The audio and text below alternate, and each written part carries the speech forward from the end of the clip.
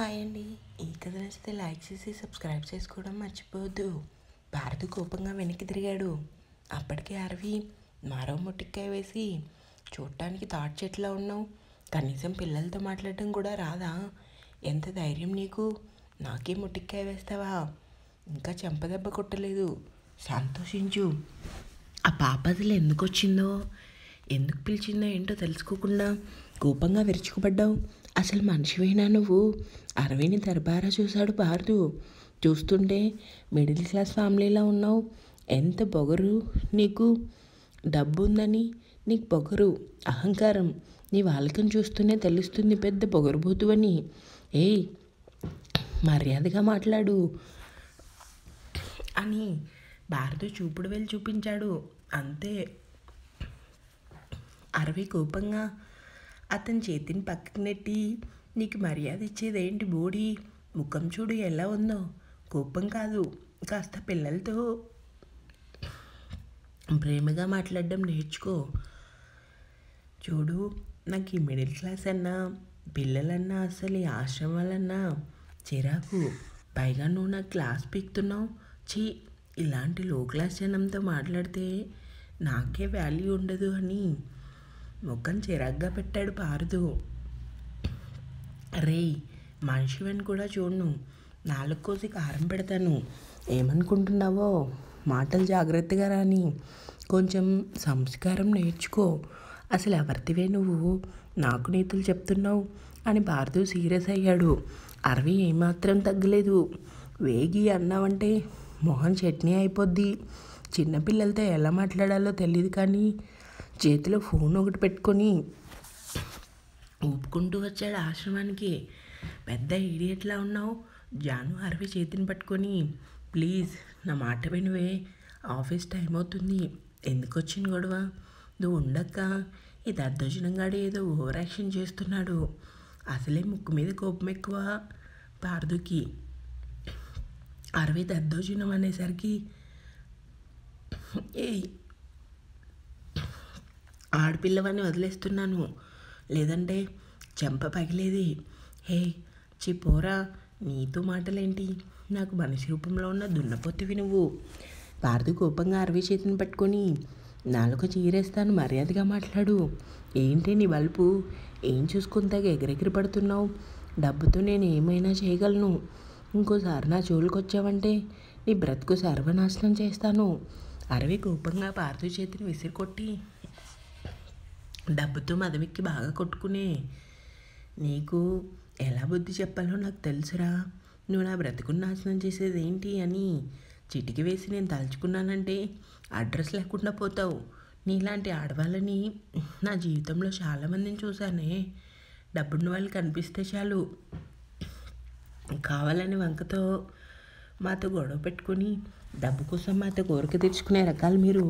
ఎంతమందిని చూడలేదు నేను. ఆపు, ఇట్లాంటి అమ్మాయి నన్ను అనుకుంటున్నావేమో. ప్రాణం పోయినా క్యారెక్టర్ దిగదర్చుకునే రకానికైతే నేను కాదురా. నిన్ను మీ అమ్మ సరిగా పెంచలేదు, అందుకే అమ్మాయితో ఎలా మాట్లాడాలో కూడా నీకు తెలీదు. ఏయ్, మా అమ్మ జోలికి వచ్చావంటే బాగోదు. నన్ను సరిగ్గానే పెంచారే, నిన్నే నీ బాబు రౌడీలా పెంచాడు, అందుకే నోటికొచ్చిందల్లా వాగుతున్నావు. అరే, మా నాన్న గురించి మాట్లాడావంటే నిన్ను పచ్చడి చేస్తానురా, సైతానికే బచ్చే అని గట్టిగా అరిచింది.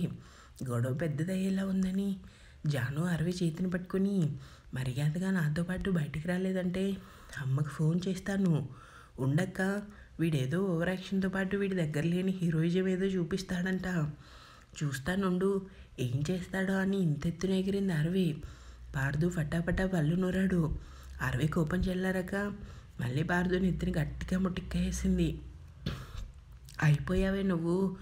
వంట కోసం చీటికి మాటికి స్టవ్ వెలిగించినట్లు నీ చేత్తో నా నెత్తిని మొట్టికాయలు వెలిగిస్తావేంటి? జాను భయంగా అరవిని లాక్కెళ్తుంది. పోరా, డైలాగ్స్ కూడా సరిగా చెప్పని దద్దోజనం గాడివి నువ్వు. నీ పెళ్ళాం నీతో కాపురం చేయకుండా ఫస్ట్ నైట్ నాడే ఇంకొకరితో జెండా ఎత్తుతుంది. పార్దు కోపం మామూలుగా రాలేదు. అరవి ఫోటో తన ఫోన్లో క్లిక్ అనిపించి, నాతోనే పెట్టుకుంటావా? ఈ సిటీలో నువ్వు ఎక్కడున్నా సరే మనశ్శాంతి అనేది నీ కుటుంబానికి లేకుండా చేస్తానే. ఏంట్రా ఎవరి మీద కేకలేస్తున్నావు? ఏం లేదన్నయ్య, ఎవరో మిడిల్ క్లాస్ అమ్మాయి వచ్చి నా క్లాస్ చెప్తుంది. భారతు అసలు ఏం జరిగింది? అన్నయ్య ప్లీజ్ నన్ను కదిలించుకు.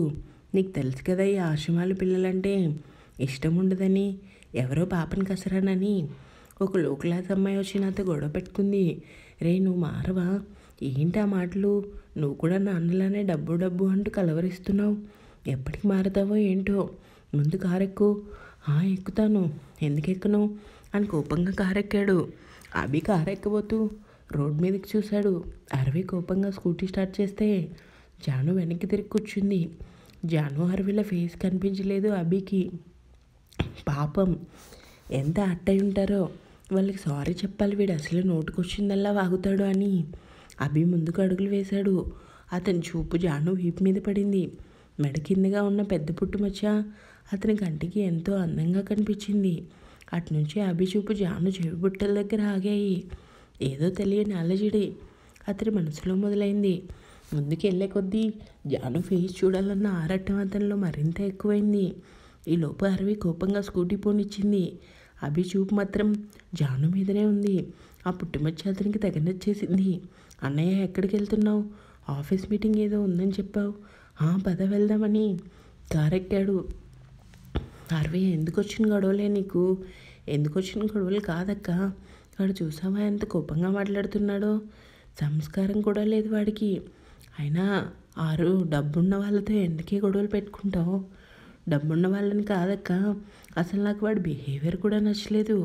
నాకు భయంగా ఉంది. వాడు ఏమన్నాడు? నీ జీవితాన్ని సర్వనాశనం చేస్తాను అన్నాడు. అన్నంత పని చేసినా చేస్తాడు. చూస్తుంటే అతను బాగా డబ్బున్న మనిషిగా ఉన్నాడు. వాడి ముఖం వాడేం చేస్తాడు? అందుకే దద్దోజనం అని పేరు పెట్టాను. నీ ఆఫీస్ వచ్చింది, దిగు. సరే నువ్వు జాగ్రత్త అని జాను స్కూటీ దిగ్గానే. అక్క చెప్పు జాను, ధైర్యంగా ఉండి అసలు భయపడకు. భయపడితే మనకంటే చిన్నవాళ్ళకు కూడా లోకు అవుతాం, అర్థమైందా? అర్థమైంది, ఏం భయపడను, ధైర్యంగానే ఉంటాను. సరే బాయ్ అక్క. బాయ్ అరవి అని జాను లోపలికి వెళ్ళింది. ఫస్ట్ డే కూడా ఆఫీస్కి లేట్గా వచ్చాను. అంతా సైతానికి వచ్చేకాడి వల్లే. కాకా హోటల్ దగ్గర రమ్మని నన్ను ఎంతసేపు వెయిట్ చేయించాడు. అనవసరంగా వాడి షర్ట్ క్లీన్ చేశాను అని తిట్టుకుంటూ అరవి లోపలికి వచ్చింది. ఆఫీస్ చాలా నీట్గా ఉంది. అరవికి బాగా నచ్చేసింది. వావ్, ఎంత నీట్గా ఉంది ఆఫీస్. హాయ్, నా పేరు సుష్మా, న్యూ జాయినింగ్నా? అవును. ఓకే, లోపల మేనేజర్ గారు ఉన్నారు, వెళ్ళి మాట్లాడు. ఓకే సుష్మా, థ్యాంక్ యూ అని మేనేజర్ రూమ్కి వెళ్ళింది. ఇంతలో ఫ్యూన్ వచ్చి, మేడం సార్ కోసమా? అవును భయ్యా, లోపల లేరు, ఎక్కడున్నారు? అదా, ఈ కంపెనీ ప్రెసిడెంట్ గారు కొడుకు వచ్చారు మేడం. ఇకపై ఆ సార్నే ఆఫీస్ చూసుకుంటారు. ప్రెసిడెంట్ కూడా ఆయనే. మేనేజర్ గారు సార్ దగ్గరికి వెళ్ళారు, కాసేపు కూర్చోండి. సరే భయ్యా అని అరవి చైర్లో కూర్చుంది. ఓకే రవి, ఏమైనా డౌట్స్ ఉంటే లోపలికి రా, నేను చెప్తాను. సరే సరే అని రవి ఫైల్ తీసుకున్నాడు. రానా చూపు తన ఎదురుగా ఉన్న ఎల్ఈడి స్క్రీన్ మీద పడింది. చైర్లో కూర్చొని చాలా సీరియస్గా ఫోన్లో గేమ్ ఆడుతుంది అరవి. ఈ రాక్షసి ఏంటి ఇక్కడుంది? రవి చెప్పాడు కదా న్యూ జాయినింగ్ అని, ఇదేనా? సార్ మీరు ఈ ఫైల్ మీద సైన్ చేయండి. రవి ఒకసారి స్క్రీన్ మీద చూడు. రవి స్క్రీన్ మీద చూసి, సార్ మీకు ఇప్పుడే కదా చెప్పాను, ఆ అమ్మాయే సార్ న్యూ జాయినింగ్. సరే తనని లోపలికి రమ్మను, నేను ఇస్తాను వర్క్. సరే సరే అని చెప్పి బయటికి వచ్చాడు. ఫోన్లో గేమ్ ఆడుతున్న రవిని చూడగానే, good morning sir. Good morning, మిమ్మల్ని సార్ రమ్మంటున్నారు అంటాడు. లేట్గా వచ్చినందుకు పనిష్మెంట్నా? అయ్యో అలా ఏం కాదు సార్, వర్క్ ఇవ్వటానికి పిలుస్తున్నారు. అవునా, ఇంకా లేట్గా వచ్చినందుకు కోటింగ్ ఏమో అనుకున్నా. పర్లేదు సార్ మంచోరే అని నవ్వుతూ వెళ్ళింది. అరవి మాటకి ఈ అమ్మాయికి కొంచెం నోటి దురుస ఎక్కువే అనుకున్నాడు. అరవి నవ్వుతూ రావటం చూసిన రానా, రామ్మ చిలకమ్మ, ఈరోజు నా చేతిలో ఉంది నీకు, మనసులో నవ్వుకుంటూ అన్నాడు. అరవి డోర్ ఓపెన్ చేయబోతూ ఒక క్షణం ఆగింది. స్క్రీన్ మీద చూస్తున్న రానా ఏంటి లోపలికి రాకుండా ఆగింది అనుకున్నాడు. అరవి తనని తను చూసుకొని డ్రెస్ వైపు చూసుకుంది. తన మెడలో ఉన్న స్కార్ఫ్ నిండుగా కప్పుకొని ముందుకు పడిన జుట్టుని వెనక్కి వేసుకుంది. రానా అలానే చూస్తున్నాడు. ఎవరైనా ఎదుటివారిని ఆకర్షించడానికి రెడీ అవుతారు. ఈ అమ్మాయి ఏంటి టాప్ అండ్ జీన్ వేసుకున్న పద్ధతిగా ఉంది అనుకున్నాడు. అరవి డోర్ ఓపెన్ చేసి సార్ అని పర్మిషన్ అడిగేలోపే వెనక్కి తిరుగున్న రానా గమ్ అన్నాడు. అరవి నవ్వుద్దు లోపలికి వచ్చి ఫేస్ చూపించకుండా వెనక్కి తిరుగున్నాడు. ఏంటి అనుకుంది. సార్, ఈరోజే నేను కొత్తగా జాయిన్ అయ్యాను. నా వర్క్ మీరు ఇస్తారని చెప్పారు. చెప్పండి సార్ ఏం చేయాలో. నా బ్లూ షర్ట్ క్లీన్ చేయాలి. అరవి విచిత్రంగా ఫేస్ పెట్టి, ఏంటి షర్ట్ క్లీన్ చేయాలా? ఏంటి సార్ అలా అంటున్నారు? రానా నవ్వుతూ వెనక్కి తిరిగి, అవును నిన్న జ్యూస్ పంపేసింది కాకుండా నవ్వుతూ బాయ్ చెప్పావు కదా, నువ్వేంటి ఇక్కడ? కంపెనీ ప్రెసిడెంట్ని. ఇక్కడ ఉండకపోతే సినిమా థియేటర్లో ఉంటానా? నా జాబ్ పోయినట్టే. పోయిపోయి కంపెనీ బాస్తోనే గొడవ పెట్టుకున్నాను. వీడే కంపెనీ ప్రెసిడెంట్ అవ్వాలా? ఏంటి షాక్ అయ్యావా అంటూ తలూపింది. రానా పైకి లేచి అరవై ఎదురుగా టేబుల్ మీద కూర్చుని 2 చేతులు కట్టుకుని, ఫస్ట్ డే ఆఫీస్కి లేట్గా వచ్చిందే కాకుండా బయట మళ్ళీ కాలు మీద కాలు వేసుకుని ఫోన్లో గేమ్ ఆడుతున్నావా? అరవై బిక్కముఖం వేసుకుని అంటే లోపల మేనేజర్ లేరని. షటప్. అరవై నోరు మూసింది. కొంచెం కూడా భయం భక్తి ఏమీ లేవు. హలో సార్, కాస్త ఆగుతారా? అసలు ఎందుకు లేట్ అయిందో అడగరే. ట్రాఫిక్ లేట్ అయిందని ఏదోటి సాకు చెప్తా అవునా? అరవై కోపంగా రానా దగ్గరకు వచ్చి, నీ వల్లే లేట్ అయింది. షర్ట్లు ఇవ్వమని చెప్పి క్లీన్ చేయమని చెప్పి కాకా హోటల్కి రమ్మని చెప్పావు. నీకోసం అరగంట వెయిట్ చేశాను కానీ నువ్వు రాలేదు. చూసి నాకు విసుకొచ్చి ఆఫీస్కి వచ్చాను. అందుకే లేట్ అయింది. నీ వల్లే ఆఫీస్కి లేట్గా వచ్చాను. నేను ఎవరో తెలుసా? ఎందుకు తెలీదు? కంపెనీ ప్రెసిడెంట్వి అని ఒక క్షణం ఆగి తను ఎలా ఉందో చూసుకుంది. ఇంచు గ్యాప్లో రానా దగ్గరగా వచ్చేసింది. వెంటనే దూరం జరిగి, సారీ సార్, మీ వల్లే లేట్ అయింది. తప్పంతా నాదే అంటావు అంటూ తలూపింది అరవి. ఆమె డేరింగ్ చూసిన రానాకి ఆశ్చర్యంగా అనిపించింది. సరే, నీ జాబ్ ఏంటో తెలుసా? ఈ కంపెనీలో వర్క్ చేయటం. రానా టేబుల్ దిగి అరవి దగ్గరగా వస్తూ, వర్క్ చేయటం అంటే స్టాఫ్ అందరితో కలిసి చేసేది కాదు అని 2 చేతులు జోబులో పెట్టుకొని ముందుకు నడుస్తూ, నువ్వు నా పిఏవి ఏంటి అర్థమైందా? అంటే నేను పర్సనల్ అని. అరవి నోరు పెద్దచ్చేసింది.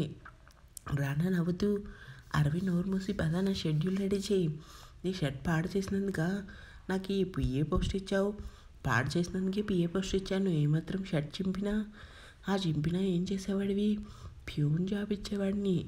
అరవి కోపంగా చూసిన చాలు, ముందు నేను చెప్పింది నోట్ చేసుకో అని అరవి వైపు చూసి, ఇంతకీ నీ పేరు తెలియకుండానే జాబ్ ఇచ్చేశారా?